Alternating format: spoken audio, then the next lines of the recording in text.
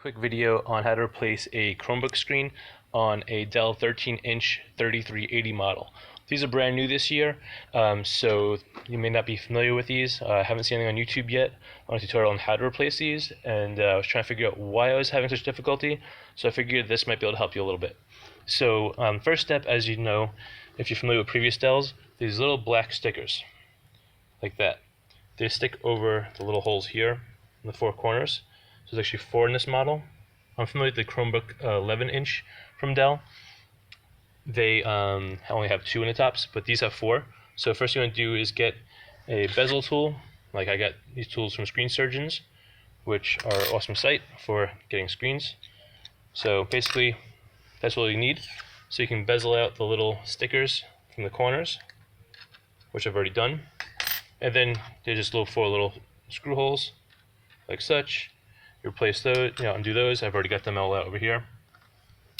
Then you can start prying away with the little pry bar again, going around with the little edger, and you pull it up. I've already done this step already. Where I was getting stuck was at the bottom. At the bottom, I was a little confused as to why it wasn't coming up. On the 11-inch version of these Chromebooks, they usually just pull right off without any problems. But on this model, you actually have this bezel here, this separate bezel here, that actually needs to be detached using the pry bar tool. I did it from both sides, so I did it from underneath the laptop, over there, on that side, and I pried it from the other side, and the bar popped right out. So that was easy enough to do that way.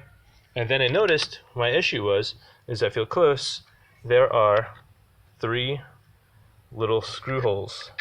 2 is there, and the third one in the corner over here. And so there are 3 extra screws on top of that, which is uncommon for the previous models. So once I got that up, I was able to pry the rest of it off. I did notice that the tape that they use here on the monitors themselves is really sticky. So I actually had to pry the tape off, the black electrical tape here, off of the actual bezel in order to get it up. Once you do that, then you have to get the little screw holes over here, as per usual. So there's 4 little screws here, which I haven't done yet. So I'm going to pause it real quick. Alright, now that I've undone the screws, I can now just pull the screen down gently. And then if you're not familiar with this process, all you really have to do here is grab this little piece right here. It's usually taped down, so it's probably a little sticky, so you probably have to fight with it a little bit. You might want to use your bezel tool here. I'm just going to use my hand here, carefully. And just gently, very gently pull back, because you don't want to mess up the connector, because I've done this before.